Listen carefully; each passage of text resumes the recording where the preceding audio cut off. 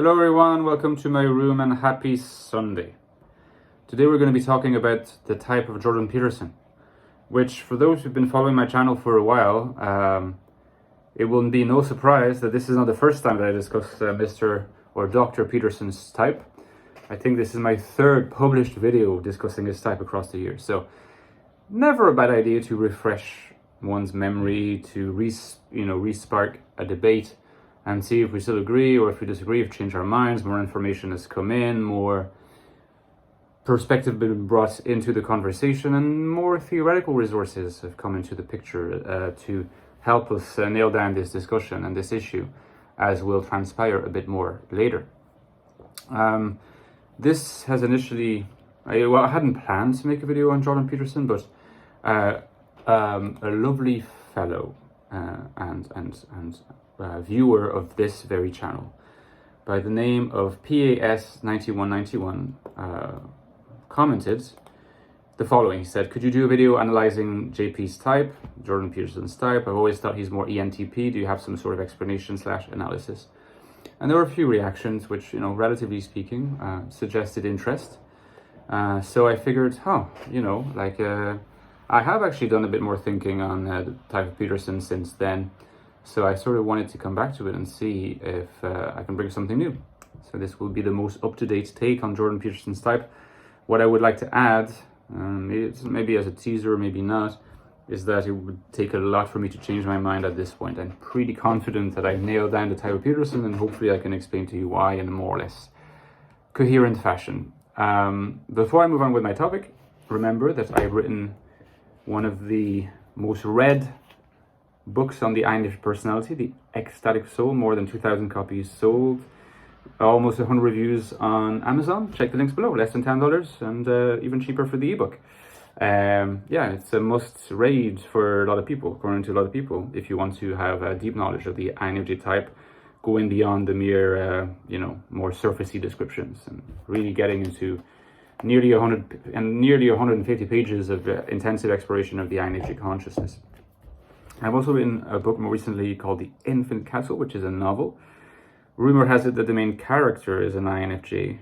At least that's what comes across in the text. So it's a very nice product if you're into more modernist and existentialist literature, looking at the meaning of life, trying to what life is like in the absence of meaning. There's an element of Murakami and magical realism as well. Check out The Infinite Castle. It's also at the links below, and it's less than $10 also.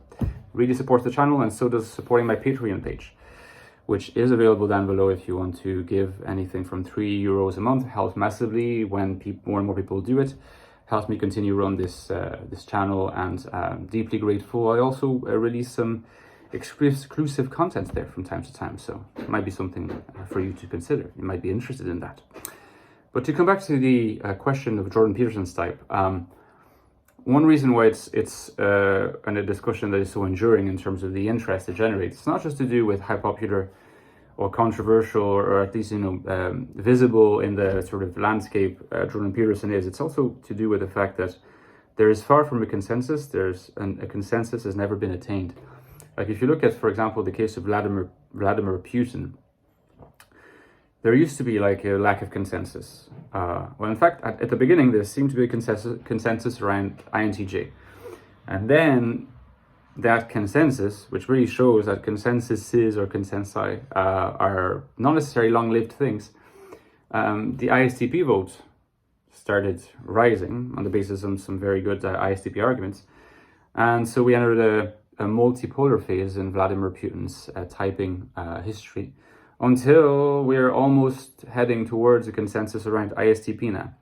So it's been different fortunes, and you could apply that to other personalities. You can also look at personalities for whom there's always been some kind of consensus, such as maybe Donald Trump or Bolsonaro being ESTP, Jeff Goldblum. I don't know why I'm thinking of Jeff Goldblum, because he seems such a quintessential ENTP. So you're not going to have as much debate over the years about these people. People would go check baby personality database and see that, okay, that's their type. And I guess I know this now. Whereas with Peterson, there's a lot of different factions. When you're inside a community, you might get the impression that everyone agrees about Peterson's type. But once you get out of the community and look across communities, such as on personality database, you start realizing, okay, like there's lots of people who think different things and sometimes very passionately think and defend their perspectives. INFJ is probably still the dominant vote for Jordan Peterson. That's not changed, but there's a lot of competitors. A significant competitor, has been ENTP, as our friend Past 9191 suggests. There's also INTP, which surprisingly or not is popular for Peterson.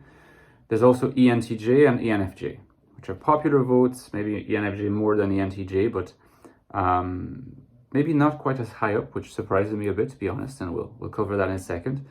But still, there are people who strongly believe that Jordan Peterson is a JE dominant, and perhaps more so FE, but maybe his brand of FE is peculiarly authoritarian or strict, which might lead some people to think more about TE. So maybe, first of all, let's look at these 5 hypotheses in turn and try to look at their weaknesses and their strengths. Maybe we start with this and then I'll zero in on what I think make the most sense. So if you look at the INFJ hypothesis, I think that what is the main weakness of the hypothesis is actually coming from a pretty common sense type of reasoning. It doesn't have to get too theoretical. In fact, you could argue that the people who really strongly defend the INFJ perspective might use a lot of theoretical justification, but in getting bogged down in the details, lose their common sense.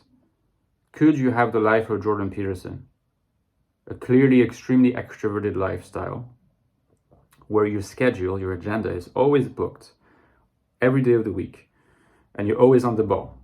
True, he experiences some anxiety, but I think an INFJ would have experienced some anxiety way earlier. It's not an INFJ's life. Jordan Peterson does not have an INFJ's life. And that's the main argument against INFJ. Don't need to look at the functions, okay? And I believe in this. I think you just use your common sense. Do you really think an INFJ could be like Jordan Peterson? I don't think so. Now there's the ENTP perspective. At first sight, the ENTP perspective appears to offer some sort of nice compromise because on the one hand you think, okay, extroverts, so that fits the bill. But ENTP is not the most extroverted. Again, that fits the bill. FE function, maybe Jordan Peterson is a very well-developed FE function. So that's why we seem to see a lot of FE. And TI is, auxiliary. Jordan Peterson seems to use a lot of TI, so we're there. I think one of the issues with the NE function, now that I have the distance to look at it, is just that, or the ENTP type, is that Jordan Peterson does not have any dominant personality.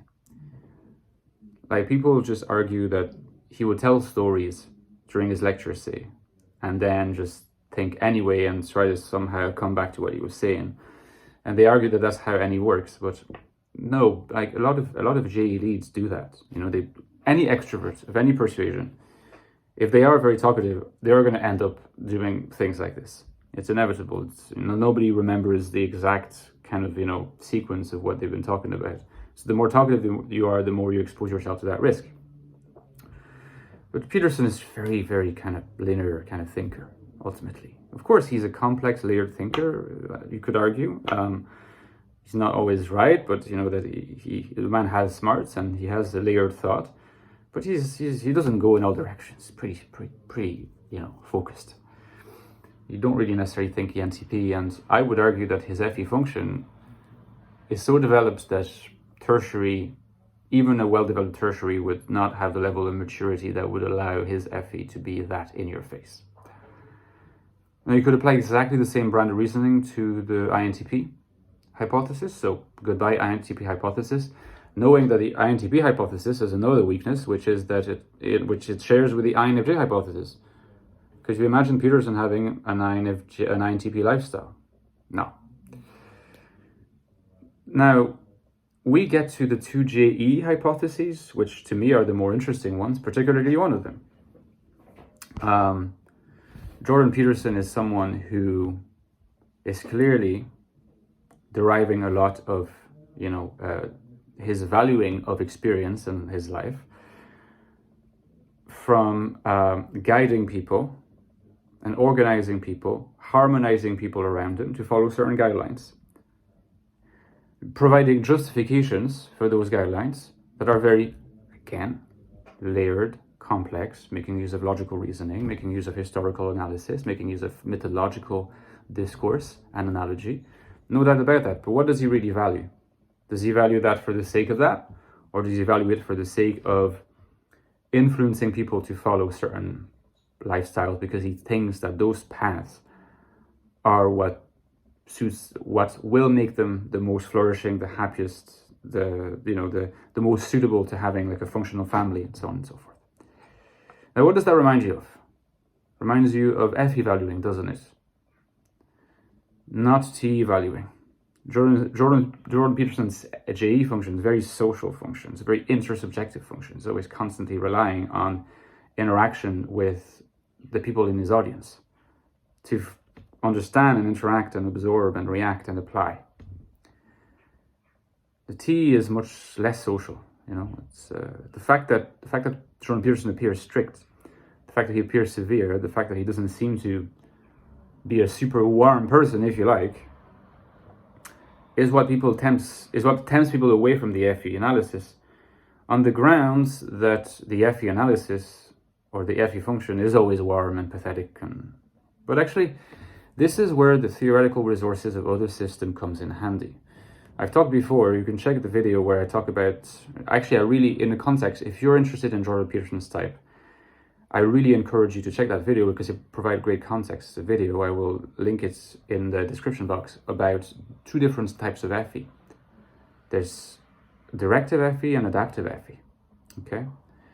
Which you could also call, it's a useful alternative, agreeable FE and disagreeable FE.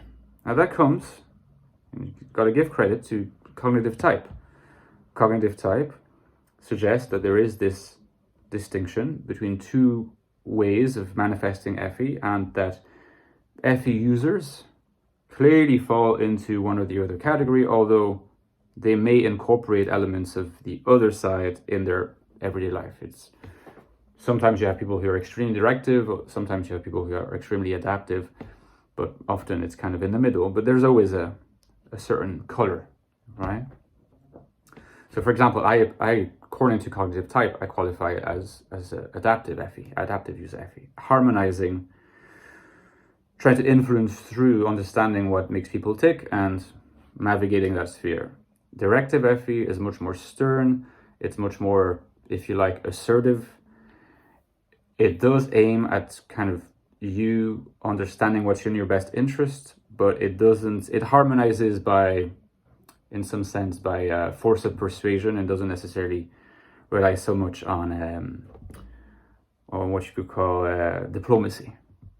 Might rely sometimes more on guilting you, on making you feel like you're underperforming. So all traits that Jordan Peterson has, even though it's always for the best interest of people. Again, linked to the FE function. The link to the FE function is not just that it's linked to the best interest of people. Understand this, is that clearly Jordan Peterson values this enormously for his own life and what kind of meaning he can give to his life. So if we consider that there is a certain brand, a certain type of FE, which is FE directive, and that this is what Peterson possesses, then I think that we can really strongly orient ourselves towards a directive INFJ, right? Directive INFJ user.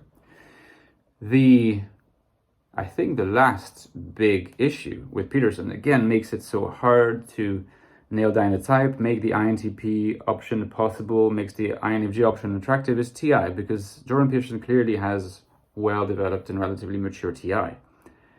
How can an ENFJ have that? Well, this is actually kind of where Jordan Peterson's type, the case of Jordan Peterson's type, breaks down, exposes the limits of MBTI, because MBTI does not allow you to make sense of this within an ENFJ framework. TI has to be inferior, has to remain relatively archaic and infantile, can never mature to the extent that it can be like Jordan Peterson's type.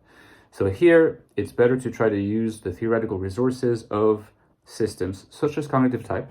I don't think only cognitive type, that allow for the possibility of developing to a mature level all your functions.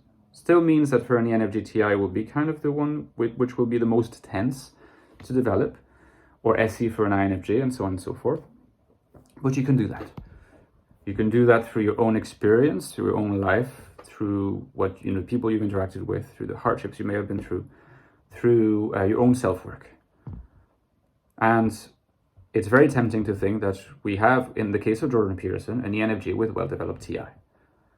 In fact, with well-developed functions across the board, most likely. But particularly FE, TI, and I. I think that if we, again, relax the requirement on the TI of an ENFJ to be inferior and therefore infantile, if we allow it to be more mature, which is possible, and if we look at FE through the prism of directive FE versus adaptive FE, and if you think among the people you know, you'll meet people of both kinds, including people who are directive FE that you maybe mistakenly thought of as TE because you didn't have that vocabulary before, at least that was my case. I think that we can then just conclude that Jordan Peterson is that kind of ENFJ, and that all things considered, it's not a perfect outcome because, again, you have to twist the MBTI framework a little bit to arrive there, use the resources of other frameworks without necessarily explaining how you reconcile both frameworks if they can be.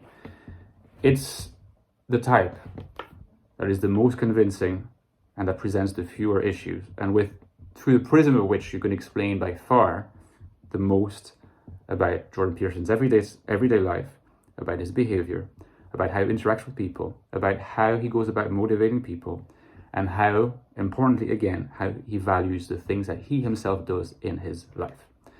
But let me know in the comments if you agree with me, or if you still think that he's more likely another type. Very curious to hear your thoughts, and hopefully this is the last video I make on Jordan Peterson, at least for the foreseeable future. Never exclude making the fourth one, because you never know the course of history, man. You never do. Don't forget my Patreon, really helps. Okay, see you guys, bye-bye.